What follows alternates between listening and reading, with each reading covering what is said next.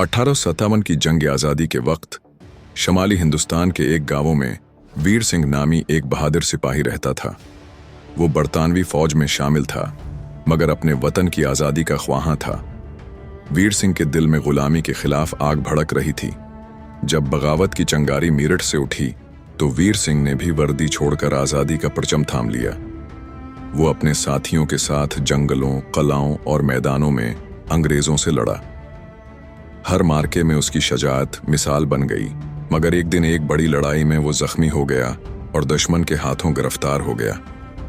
जंजीरों में जकड़ा वो कैदी जरूर था, मगर उसकी आंखों में अब भी फख्र और आज़ादी की चमक थी। वीर सिंह को बाद में फांसी दे दी गई, मगर उसकी कुर्बानी रायगा न गई।